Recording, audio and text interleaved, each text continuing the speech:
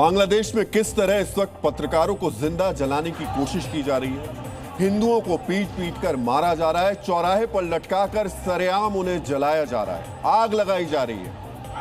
ना कोई पुलिस रोकने आ रही है, न सेना तैनात है।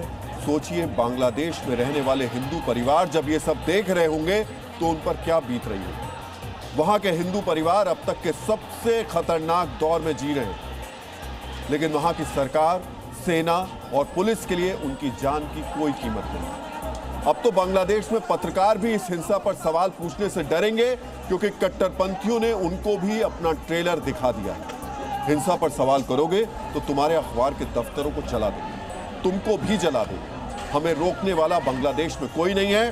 बांग्लादेश की सरकार की आंखें बंद हैं। इस हिंसा पर सारी दुनिया की आंखें बंद हैं और ये बहुत ही शर्मसार करने वाली तस्वीरें हैं। संयुक्त राष्ट्र कहाँ है? वो मानवाधिकारों की रक्षा करने के जो बड़े बड़े फंड्स लेकर के लोग बैठे रहते हैं, वो कहाँ हैं? जो हर मुद्दे पर, खासतौर से भारत में कहीं छोटी सी घटना हो और झंडे लेकर के बाहर निकल आते हैं, वो लोग कहाँ हैं?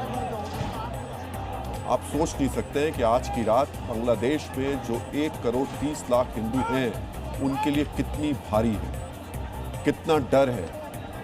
एक व्यक्ति से मेरी बात हुई है फोन पर, वो बता रहे हैं कि सोच नहीं सकते हैं कि अगर उनकी लोकेशन के बारे में अगर पता चल गया तो वो कह रहे हैं कि जिंदा बचना मुश्किल है। इस स्थिति में दुनिया का एक देश, वहां पर एक अल्पसंख्यक समुदाय जी रहा है और सब आंखें बंद करके बैठे। हिंसा के बाद बांग्लादेश के कार्यकारी प्रधानमंत्री मोहम्मद यूनुस ने सिर्फ इतना कहा, जो लोग हिंसा के पीछे हैं उन पर कार्रवाई होगी। लेकिन यह बयान शायद दुनिया को दिखाने के लिए दिया गया, क्योंकि 24 घंटे बीतने के बावजूद एक हिंदू को पीट पीट कर मारने वाली भीड़ पर कोई मामला दर्ज नहीं हुआ।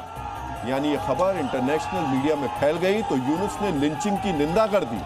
लेकिन उनके लिए एक हिंदू की मौत इतनी सस्ती थी कि उन्होंने एक बार दीपू चंद्र दास का नाम तक लेना जरूरी नहीं समझा। ना ही दीपू के परिवार के लिए उनके मुंह से संवेदना का कोई शब्द निकला। हाँ, हादी उस्मान के परिवार का खर्च अब बांग्लादेश की सरकार उठाएगी, इसका ऐलान यूनुस सरकार ने कर दिया। लेकिन 30 साल का एक गरीब मजदूर, जिसकी गलती सिर्फ इतनी थी कि वो यूनुस के बांग्लादेश में हिंदू बनकर पैदा हुआ, उसके परिवार की यूनुस सरकार को कोई फिक्र नहीं। सोचिए बांग्लादेश के हिंदू कितने बुरे हाल में। लेकिन हादिस जैसे कट्टरपंथी जो हिंदुस्तान और हिंदुओं से नफरत करते हैं, वो बांग्लादेश में शहीद कहलाते हैं। आज आपको भी जानना चाहिए, बांग्लादेश में जिस छात्र नेता उस्मान हादी की मौत के बाद यह हिंसक साजिश हुई, वो था कौन? उसकी मौत कैसे हुई? उसकी हत्या के पीछे पाकिस्तान की आतंकी सेना के चीफ आसिम मुनीर के हाथ होने की आशंका क्यों जाहिर की जा रही है? और इस हत्या और उसके बाद हुई हिंसा का असली मकसद क्या है?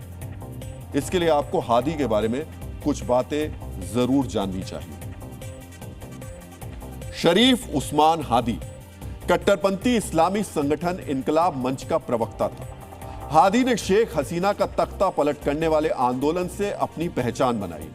हादी के संगठन इनकलाब मंच की विचारधारा इस्लामी राष्ट्रवाद की ओर झुकी हुई है।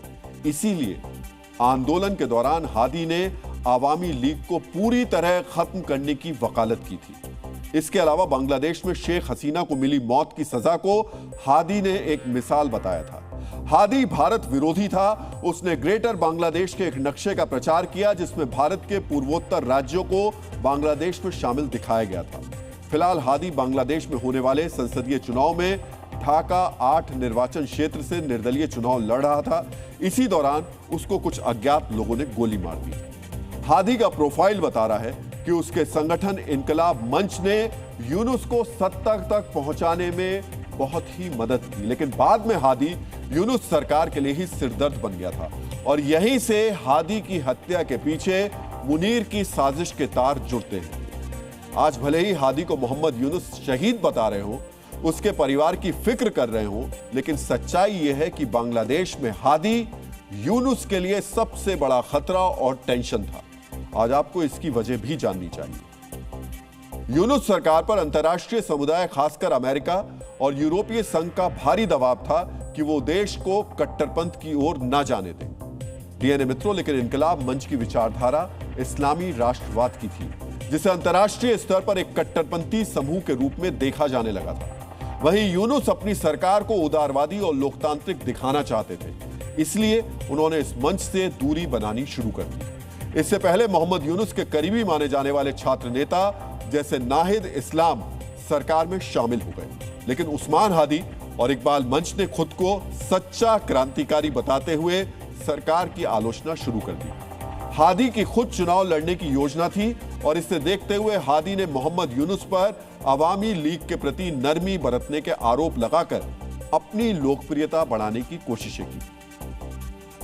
हादी की कोशिश बांग्लादेश की कट्टरपंथी पार्टी जमाते इस्लामी बांग्लादेश का विकल्प बनने की भी थी। इनकलाब मंच में कट्टरपंथी युवाओं की संख्या ज्यादा थी, जो अवामी लीग के खिलाफ ज्यादा आक्रामक थे, यानी पाकिस्तान की पुरानी कट्टर पार्टी जमात का विकल्प बन रहे थे। लेकिन पाकिस्तान की करीबी जमाते इस्लामी बांग्लादेश का विकल्प बनने की नीति हादी के खिलाफ गई। माना जा रहा है मुनीर ने आईएसआई की मदद से हादी की हत्या करवाकर एक तीर से कई शिकार की।